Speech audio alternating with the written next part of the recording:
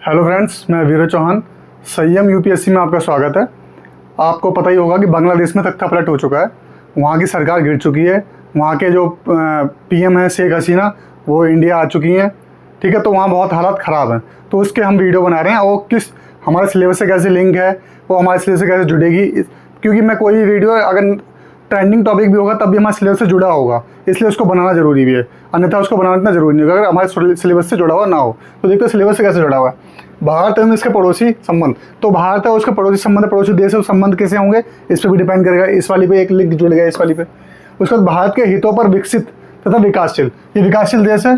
देशों की नीतियों, और जो नीति बनेंगी वहाँ पे उसकी बात होगी, और राजनीति का प्रभाव क्या है वो देखेंगे। ठीक है, उसके बारे में देखेंगे।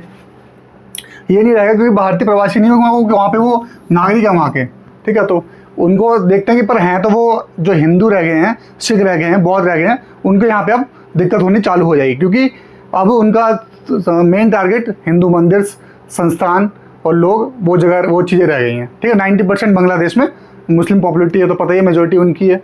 सीमावर्ती क्षेत्रों में सुरक्षा चुनौतियों है उसका प्रबंधन। अब सीमावर्ती क्षेत्र क्या है, जो हमारे क्षेत्र लगे पड़े हैं बांग्लादेश की सीमा के साथ, उसकी हमारी सुरक्षा भी करनी है, उसकी चुनौतियां हैं, उनका प्रबंधन भी करना है।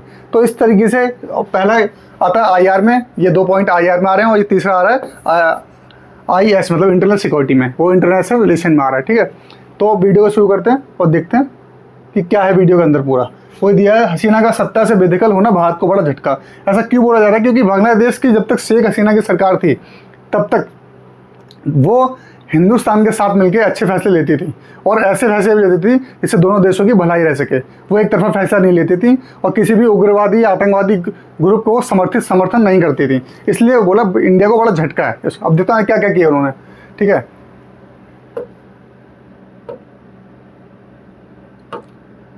देखिए इस साल 7 जनवरी को अवामी लीग ने जब लगातार चौथी बार, शेख हसीना किस पार्टी की थी? अवामी लीग। ठीक है, चौथी बार बांग्लादेश चुनाव में विजय हासिल की, तो उनकी मुखिया शेख हसीना ने सोचा नहीं होगा कि सिर्फ 8 महीने में उनको सत्ता छोड़ने में, जनवरी के बाद ये जनवरी हो गया और ये कौन सा 8 महीने चला, 8 महीने में उनको सत्ता छोड़नी पड़ी।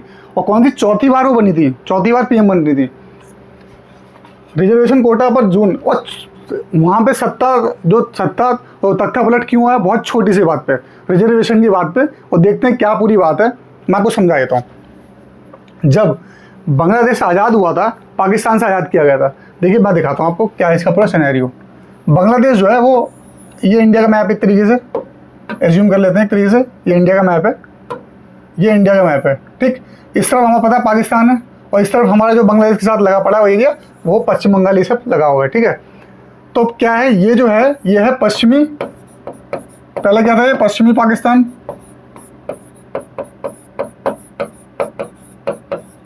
ठीक, और ये बांग्लादेश था, इसे कहते हैं पूर्वी पाकिस्तान।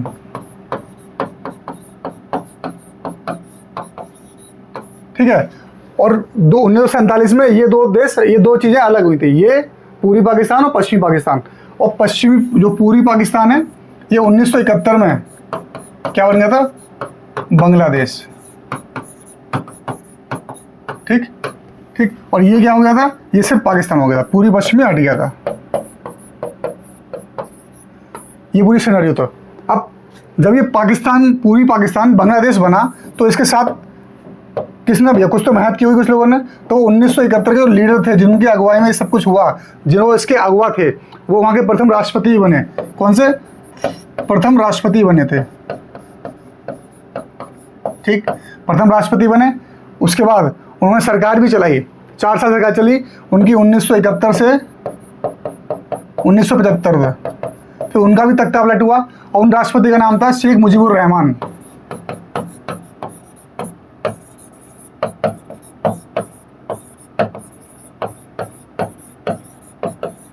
शेख मुजीबुर रहमान, ये उनका नाम था। ठीक, अब शेख मुजीबुर रहमान कौन है? शेख मुजीबुर रहमान है शेख हसीना की पिता। ठीक, शेख हसीना के पिता हैं कौन? शेख मुजीबुर रहमान।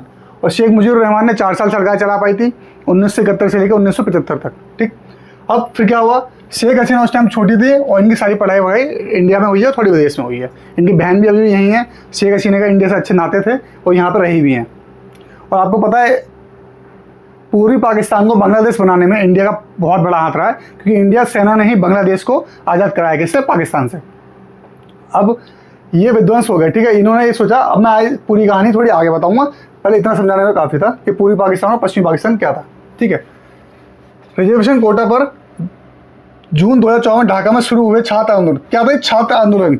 आपको पता ही है छात्र आंदोलन बहुत कभी कभी इतनी दिक्कत दे जाता है। छात्र आंदोलन जो उन पर सिंपथी मिल जाए, एक ऐसे आंदोलन होते हैं जिनको सिंपथी मिलती है पूरे देश में।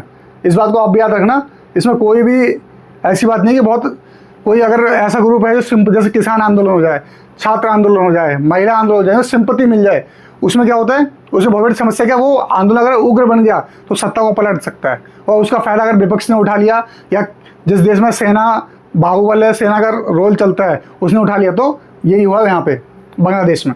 देखिए, छात्र आंदोलन बीते रविवार 4 अगस्त को हिंसक रूप ले लिया, जिसके बाद बांग्लादेश की सेना ने भी पीएम हसीना की मदद करने से इनकार कर दिया। क्यों? क्योंकि सेना की ही मिलीभगत थी इनके साथ, विपक्ष के साथ।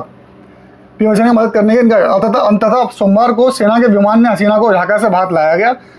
वहाँ के जनरल ने यह कहा था कि हमें आपको 15 मिनट दे रहा हूँ, 15 मिनट के बाद मैं भी आपकी कोई मदद नहीं कर सकता। तभी उनको चार्टर्ड प्लेन से इंडिया भेजा गया, तो जाके हिंडन में उतरी हो, वहाँ पे आके सेफ हाउस में है। माना जा रहा है कि कुछ दिनों तक यहाँ रहने के बाद लंदन जा सकती हैं। इसके साथ दक्षिण एशिया में भारत की सबसे विश्वसनीय सरकार की भी विदाई होगी। क्या बोला गया? साउथ एशिया में सबसे विश्वसनीय सरकार किसकी थी?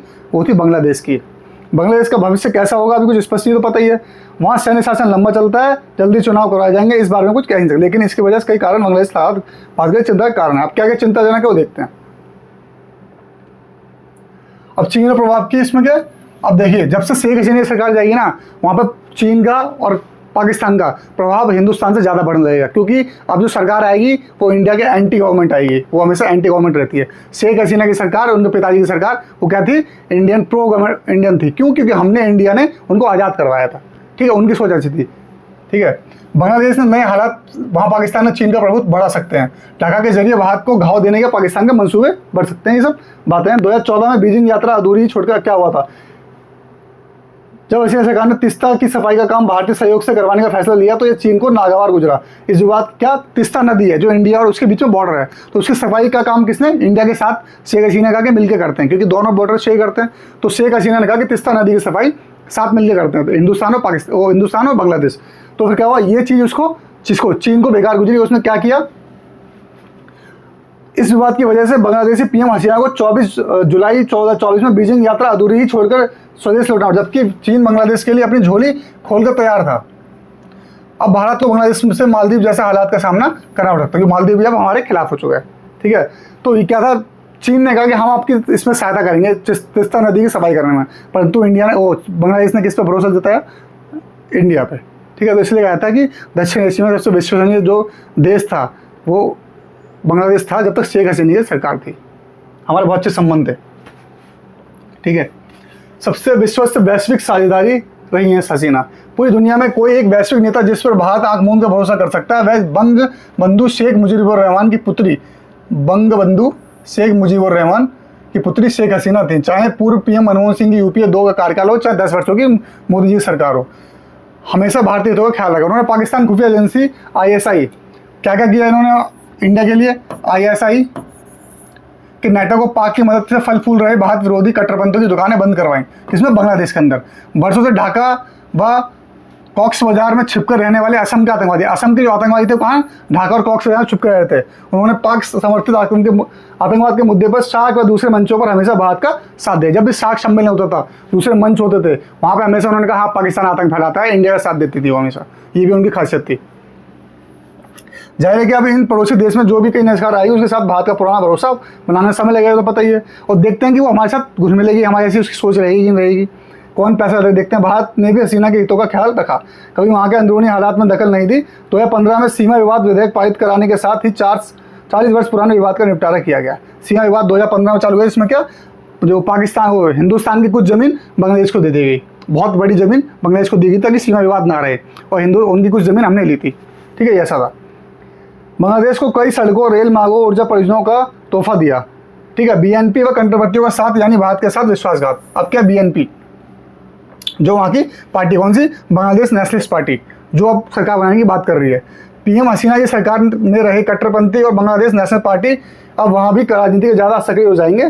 पूर्व में बीएनपी शासनकाल के दौरान पीएम खालिद जिया ने भारत के बजाय हमें चीन और पाकिस्तान की मदद पहुंचाई है। देखा खालिद जिया, अब क्या बीएनपी बनाने की सरकार की बात करिए, क्योंकि विपक्षी पक्ष है वहाँ पे, और सेना के साथ देगा, सेना इसको सरकार बनाने का मौका देगा, इसको बनाने के लिए कहेगा, वही सरकार में आ जाएगा।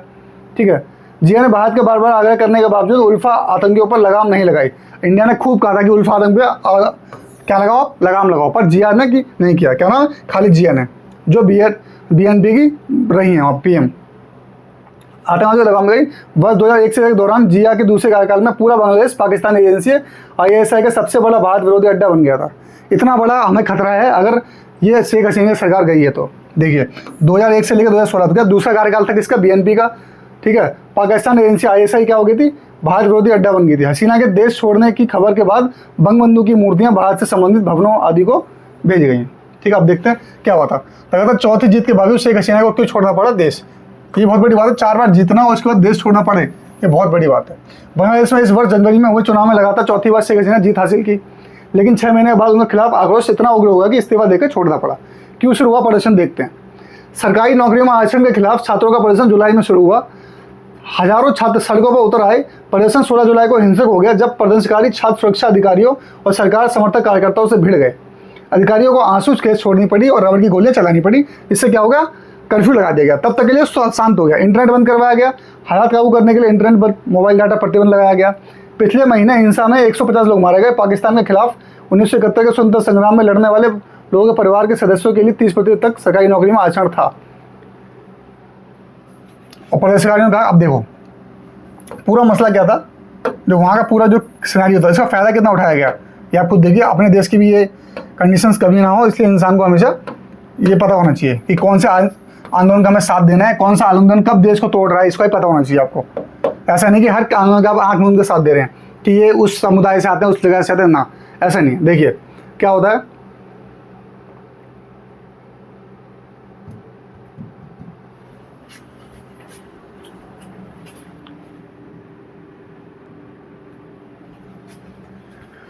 सिस्टम अपने आप बंद हो गया था, मैंने दोबारा स्टार्ट किया। वीडियो वहाँ से बोल के चला देते हैं, इसमें ऑप्शन है, कर सकते हैं, इसलिए मैंने किया था। ठीक है, देखो दोबारा शुरू करते हैं।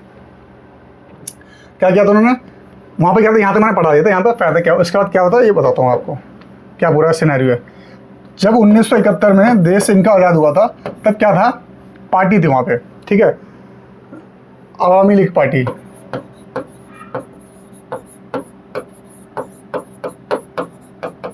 ठीक, इन्होंने क्या प्रावधान किया था, जो 1971 में लोग लड़ाई करी थी, जिन्होंने स्वतंत्रता सेनानी थे, उनके परिवार वाले को 30% कोटा मिलता था। 30% कोटा था, ये ऐसा बोला जाता था। तो वहाँ के छात्र बोलते थे इनको 30% कोटा क्यों जा रहा है, सारा कुछ तो इनके परिवार वालों को मिल रहा है, क्योंकि लड़ाई तो किसी और ने की थी, अब सारा कोटा इन लोगों के परिवार वालों को मिल रहा है, हमको कुछ मिलता ही नहीं है, हमारे हिस्से में कुछ आता ही नहीं है। वहाँ पर 56% तक शायद हो गया था कोटा, हाँ ये 56% आरक्षण की बात हो गई थी। तो देखते क्या क्या किसने कहा था, जहाँ किया था वादा। अब देखो क्या कहा था, और शेख हसीना ने क्या वादा किया था। सरकार ने सुप्रीम कोर्ट के फैसले के बाद इंटरनेट बहाल कर दिया। उम्मीद थी कि स्थिति सामान्य हो जाएगी, लेकिन विरोध लगातार बढ़ता गया। शेख हसीना हिंसा को दबाने के लिए दौरान अधिकारियों की ओर से की गई लापरवाही की जांच और कार्रवाई की बात कही थी, लेकिन छात्र नेताओं ने इसे स्वीकार कर दिया, क्योंकि दंगा हुआ, लोग मर गए 150, तो उन्होंने कहा हम जांच करेंगे कौन सा अधिकारी ने लापरवाही करी है।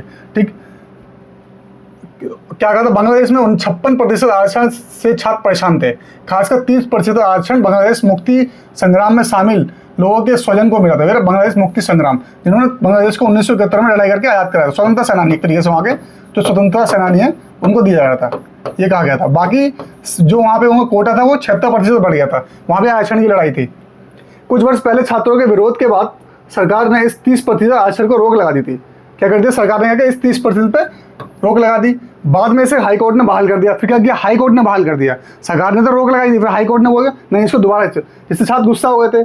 सुप्रीम कोर्ट ने 56% आरक्षण को कम कर 7% कर दिया। इसके बाद देश में हालात शांत हो गए थे, यहाँ तक पूरी बात थी। फिर बिगड़ी शांति कैसे, छात्रों की मांग थी कि शेख हसीना और उनका मंत्रिमंडल इस्तीफा दे।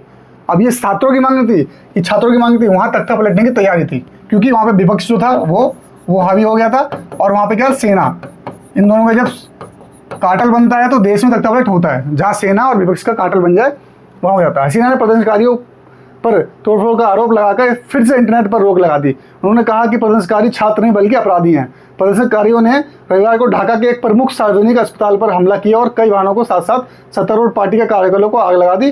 95 लोगों की मौत हो गई। ये किया था छात्रों ने। पूरी समस्या यहाँ आ गई थी। पूरा सिनेरियो चालू हुआ आरक्षण पे, उसका फ़ायदा उठाया विपक्षियों ने और फिर उसका फ़ायदा उठाया जो वहाँ कट्टरपंथी ग्रुप हैं, जो वहाँ पे आतंकवाद को समर्थन करते हैं, जो वहाँ पे चाहते हैं सिर्फ मुस्लिम लोग ही रहें और दूसरे धर्म के लोग ना रहें, ना फले ना फूलें उनके लोग, और फिर सेना। इन सब की जब एकदम से चौकड़ी बन गई, उसके बाद ये तख्तापलट हो गया। ठीक है, फिर शेख हसीना करेंगे क्या जब उनके हाथ में सेना है नहीं, विपक्ष होगा नहीं, तो जो लीडर होगा ऑर्डर तो देगा। इसलिए किसी भी देश में सेना के पास पावर देना सबसे घातक साबित होता है। सेना के पास कभी भी किसी भी देश में, लोकतांत्रिक देश में, पावर नहीं होनी चाहिए। ठीक है, सेना ही तख्तापलट करती है। पाकिस्तान में देख लीजिए आप, बांग्लादेश के हाथ देख लीजिए, श्रीलंका भी खत्म हो गया, जितने पड़ोसी देश हैं सब खत्म है धीरे धीरे। उसके बाद क्या हुआ? अब ये तो हो गया, ये तो आपको पता है कि क्या हो गया। अभी हमारी चुनौती क्या है? हमारी बहुत बड़ी चुनौती है पूर्वोत्तर राज्य जो है हमारे, जो पूर्वोत्तर राज्य हैं वो हमारे किससे जुड़े हैं? बहुत क्षेत्र हमारा बांग्लादेश से जुड़ा हुआ है।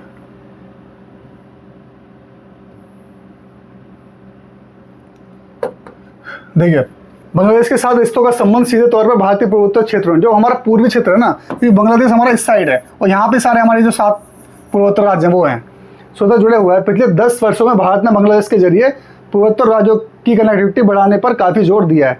इंडिया ने क्या किया? बांग्लादेश के जरिए हम भारत की कनेक्टिविटी बढ़ा सकें। ठीक है, अभी ये क्षेत्र सिलीगुड़ी मार्ग से ही शेष भारत से जुड़ा है। जो हमारा 7 सिस्टर्स, जो जिसे बोलते हैं 7 राज्य हैं जो पूर्वोत्तर क्षेत्र के, वो एक सिलीगुड़ी जगह है। ठीक है,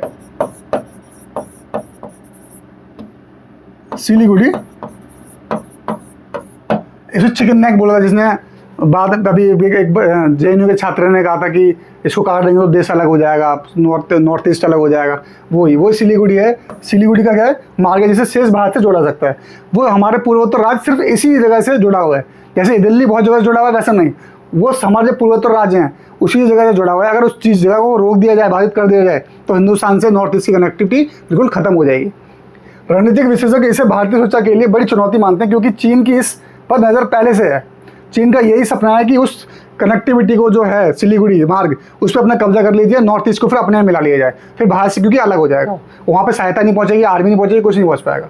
इस मार्ग को तोड़कर पूर्वोत्तर भारत का शेष भारत से संपर्क काटा जा सकता है। अप्रैल 2023 में हसीना सरकार ने चट्टोग्राम जगह है पर मोंगला पोर्ट के इस्तेमाल की खुली छूट भारत को दी थी, जिसे भारत की एक बड़ी रणनीतिक जीत बताया गया था।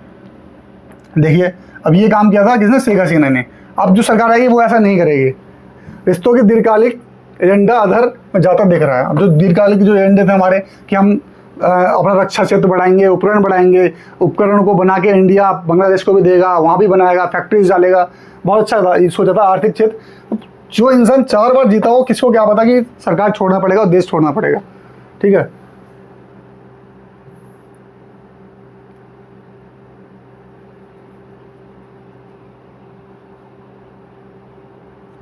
अब जो क्या है, अब वहाँ के जो बताया जा रहा है कि जमात इस्लामी को खुली छूट मिल गई है। जैसे ये वहाँ पे वो क्या नाम है इनका, कट्टरपंथी का ग्रुप है जमात इस्लामी। शेख हसीना की सरकार गिरने के बाद उसको खुली छूट मिली है। और जमात इस्लामी क्या बांग्लादेश की आज़ादी की लड़ाई के दौरान भी पाकिस्तान परस्त रहा है। मतलब बांग्लादेश में होके भी ये ग्रुप किसके? पाकिस्तान परस्त रहा है। ऐसे लोग हैं, वो होंगे, क्यों नहीं होंगे, हर देश में होता है, हमारे देश में भी हैं जो अभी पाकिस्तान में गुड़ खाते हैं यहाँ पे रहते हैं, खाते हैं, सब कुछ यहाँ करते हैं, पर उनको गुड़ गाते हैं किसके? पाकिस्तान के। सचिन आउट होता है खुश होते हैं और अफरीदी आउट होता है दुख होते थे, ऐसे लोग भी थे। ठीक है, अब क्या हुआ? व्यापार ठप हुआ। बांग्लादेश में हिंसा की घटनाओं के मद्देनजर भारत बांग्लादेश व्यापार ठप हो गया। भारत बांग्लादेश सीमा पर पेट्रापोल लैंड पोर्ट से माल की आवाजाही सोमवार को रुक गई है। ठीक है, पेट्रापोल क्या है? एक क्या है? लैंड पोर्ट है, जमीनी से का पोर्ट है। Clearing agent staff welfare association के सचिव कार्तिक चक्रवर्ती ने बताया कि बांग्लादेश की करीब 200 से 300 भारतीय ट्रक वहाँ फंसे हुए हैं। अभी पेट्रापोल बांग्लादेश की सीमा पर, भारतीय सीमा पर स्थित लैंड पोर्ट है। वो क्या है? पश्चिम बंगाल के 24 परगना राज्य से लगा हुआ है, उत्तर में है। कहा है कि हम बांग्लादेश के नई प्रशासन ट्रकों, माल और ड्राइवरों की सुरक्षा सुनिश्चित करने की बात करेंगे। पता रहे हैं कि औसतन 400 से 500 ट्रक भारत के दक्षिण एशिया के सबसे बड़े लैंड पोर्ट, दक्षिण से सबसे बड़ा लैंड पोर्ट कौन सा है? पेट्रापोल, याद रखना। दक्षिण साउथ एशिया का सबसे बड़ा लैंड पोर्ट मतलब जो ज़मीन पे बना हो, वो क्या है, बांग्लादेश जाते हैं। लगभग 150 से ट्रक दूसरी तरफ से आते हैं, वहाँ से भी 150-200 ट्रक आते हैं सालाना। लगभग 22 लाख लोग पेट्रोल चेक पॉइंट के माध्यम से सीमा पर पार करते हैं। कितने सालाना है? 22 लाख लोग। पेट्रापोल बंगाल के उत्तर, बंगाल जो हमारा राज्य है, उत्तर 24 परगना जिले से बनगांव में स्थित है। ठीक है, पेट्रापोल जो वहाँ से लगा हुआ है, जो भारत और बांग्लादेश के बीच अंतर्राष्ट्रीय सीमा पर है। ये कोलकाता से 80 किलोमीटर दूर है। अब सोच लीजिए, अब अगर ऐसा हुआ तो अगर कोई मान लो पेट्रापोल आ गया तो बंगाल आना कितना दूर है, कोलकाता आना कितनी दूर है? कोई दूर नहीं है, और कोलकाता राजधानी है। अब देखिए कि जो मैंने बताया था आपको, 1971 में भारत की बहुत बड़ी भूमिका थी बांग्लादेश को आज़ाद करवाने की, और भूमिका सराहनीय थी। बांग्लादेश पे पाकिस्तान बहुत अत्याचार करता था, तो उसकी पूरी देखते हैं क्या डिसीजन। वर्ष 1971 में बांग्लादेश की स्वतंत्रता का संघर्ष एक महत्वपूर्ण ऐतिहासिक घटना है। तत्कालीन पूर्व पाकिस्तान, मैंने बताया पूर्व पाकिस्तान ये रहा, बांग्लादेश से कहते हैं, और पश्चिम पाकिस्तान जो अभी पाकिस्तान है के बीच उस वक्त राजनीतिक और सांस्कृतिक मतभेद गहराते रहते थे। इसकी वजह से पूर्वी पाकिस्तान की पहचान, भाषा और सांस्कृतिक भिन्नता के कारण देश में काफ़ी असंतोष बढ़ गया। इसमें बांग्ला में उनकी भाषा बांग्ला थी, इनकी सिंध थी। इसके परिणामस्वरूप सन 1971 में बांग्लादेश की स्वतंत्रता की मांग ने गंभीर रूप ले लिया। इस संघर्ष में भारत ने बेहद महत्वपूर्ण भूमिका निभाई। भारत द्वारा पूर्वी पाकिस्तान में बढ़ते तनाव और मानवाधिकार के उल्लंघनों के कारण शरणार्थियों की बढ़ती संख्या को ध्यान में रखा गया और इसे राजनीतिक मानवतावादी कारणों के चलते वहाँ पर हस्तक्षेप किया गया। किससे? राजनीतिक मानवतावादी कारणों के चलते। 1971 की शुरुआत में भारत ने क्या 16 दिन में सीधे पाकिस्तान से जीत गए थे बांग्लादेश। ठीक है, दिसंबर में चालू हुआ था। दिसंबर में तो भारतीय सेना द्वारा बांग्लादेश में घुसपैठ कर दी गई। 16 दिसंबर को पाकिस्तान के समर्पण के साथ, सबसे ज़्यादा समर्पण आज तक दुनिया में किसी सेना ने किया है, वो पाकिस्तान की सेना है। जब बांग्लादेश का 1971 का युद्ध हुआ था और इंडिया ने उन्हें पराजित किया था, 80,000 से ज़्यादा लोगों ने, सैनिकों ने आत्मसमर्पण किया था किसको? इंडियन आर्मी के सामने। स्वतंत्रता के बाद बांग्लादेश का राजनीतिक इतिहास काफ़ी उथल पुथल से भरा रहा। बांग्लादेश के प्रथम राष्ट्रपति शेख मुजीबुर रहमान, जो कौन थे? शेख हसीना के पिता हैं, देश को एक नई शुरुआत दी और इसे एक धर्मनिरपेक्ष लोकतंत्र की दिशा में ले जाने का प्रयास किया। जिस इंसान ने ये सोचा कि धर्मनिरपेक्ष हो, धर्मनिरपेक्ष, जहाँ पर 99% जनसंख्या कट्टर हो, वहाँ धर्मनिरपेक्ष की आप बात कर नहीं सकते। ठीक है, धर्मनिरपेक्ष और समानता, आर्थिक समानता, उनके दो लक्ष्य थे। किसके? शेख मुजीबुर रहमान के। ठीक, शेख मुजीबुर रहमान के दो लक्ष्य थे। एक धर्मनिरपेक्षता, अपने देश को धर्मनिरपेक्षता पर चलाना, क्योंकि 1971 में नया देश उन्हें मिला और जो कि बहुत जुल्म के साथ आज़ाद हुआ है। भाषा की उनकी अलग पहचान थी, उनकी अलग पहचान थी, उनकी संस्कृति अलग थी, उनकी संस्कृति अलग थी। जो पाकिस्तान के लोग हैं अभी, जिस पाकिस्तान, वो पंजाबी ज़्यादातर बोली बोलते हैं, सिंध बोलते हैं, पश्तूनी बोलते हैं, और यहाँ के जो लोग हैं बंगाली बोलते हैं, क्योंकि बंगाल से कट के बना है पूरे एक तरीके से। ठीक है, मुझे मानना है, हालांकि अपने अस्तित्व में आने के 4 साल के भीतर 1975 में एक तख्तापलट में शेख मुजीबुर रहमान की हत्या कर दी गई और देश में सैन्य शासन की शुरुआत हो गई। तब से शुरू हुआ सिलसिला अब तक नहीं रुका। बांग्लादेश में कई बार राजनीतिक अस्थिरता की स्थिति पैदा हुई और तख्तापलट हुए। तो उसके बाद 1980 से 1990 के दशक, मतलब 10 साल तक क्या हुआ? नए लोकतांत्रिक ढांचे की दिशा में अपना कदम बढ़ाया कि हम लोकतांत्रिक देश बनाएंगे। उसके हिसाब से उन्होंने अपना आगे को बढ़ाया। किसने? बांग्लादेश देश ने। उसमें क्या हुआ? 1951 में वहाँ पर बहुदलीय लोकतंत्र की वापसी हुई, मतलब बहुत सारे दल वहाँ पे आ सकते हैं। पहले इन्हीं लोगों ने किया था। कौन से लोग थे आइए बताएंगे अभी। ये रही तानाशाह जनरल जियाउर रहमान ने यहाँ पे शासन किया था 1981 तक। ठीक है, उसके बाद क्या है? 1991 में बहुदलीय क्या हो गया?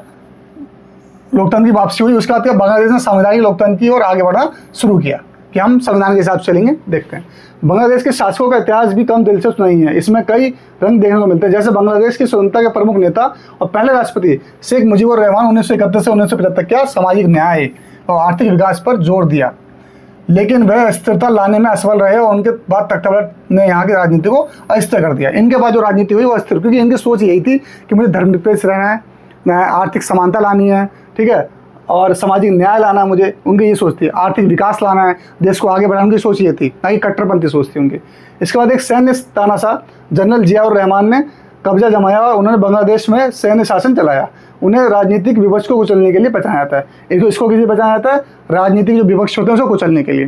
ठीक है। तो वहाँ चलता रहता है, तमाशा आते रहते हैं, परंतु इस बार ऐसा लग रहा था कि बहुत लंबा शासन हो गया शेख हसीना का, इन्होंने बांग्लादेश को अच्छा संभाल रखा है, अच्छा चल रहा है, परंतु एक छोटे से आंदोलन ने इतना बड़ा काम कर दिया जो किसी ने सोचा ना था। तो इसलिए हर देश के देशवासियों को, लोगों को हमेशा सचेत रहना चाहिए कि किस टाइम पे आर्मी क्या कर रही है, पुलिस क्या कर रही है, और जो आंदोलन चल रहे हैं उनकी कोई गुटबंद तो नहीं हो रही। वो ऐसा तो नहीं है कि सरकार को गिराने की पूरी कोशिश में लगे पड़े हैं, ठीक है। तख्ता पलट सबसे बुरा होता है, क्योंकि उस स्थिति में लोग मरते भी हैं, लोगों का शासन भी, देश का शासन भी खराब होता है, और बाहर के देश जो जितने भी FDI होंगी, इन्वेस्टमेंट होंगी, सारी खींच ले। अब बांग्लादेश में कोई इन्वेस्टमेंट करना नहीं चाहेगा। इंडिया से इंडिगो, स्पाइस जेट की फ्लाइटें ढाका जाना बंद हो गई हैं, लोग जाएंगे, कौन जाएगा, कौन अपनी जान को मुसीबत में डालेगा। तो ये हर देश की कहानी है, इसलिए हर देश के नागरिक को ये सचेत रहना चाहिए। कोई आंदोलन हो रहा है तो ऐसा ना हो कि उग्रवादी हो जाए, वो उसकी सोच कुछ और हो जाए, उसके अगर एजेंडे अगर ये है कि वो अपने एजेंडों से भटक जाए, तो उस बीच पे देश को भी देखना चाहिए और लोगों को भी देखते रहना चाहिए। तो ठीक है, इस वीडियो को यहीं समाप्त करते हैं। तब तक के लिए खुश रहिए, स्वस्थ रहिए। जय हिंद, जय भारत।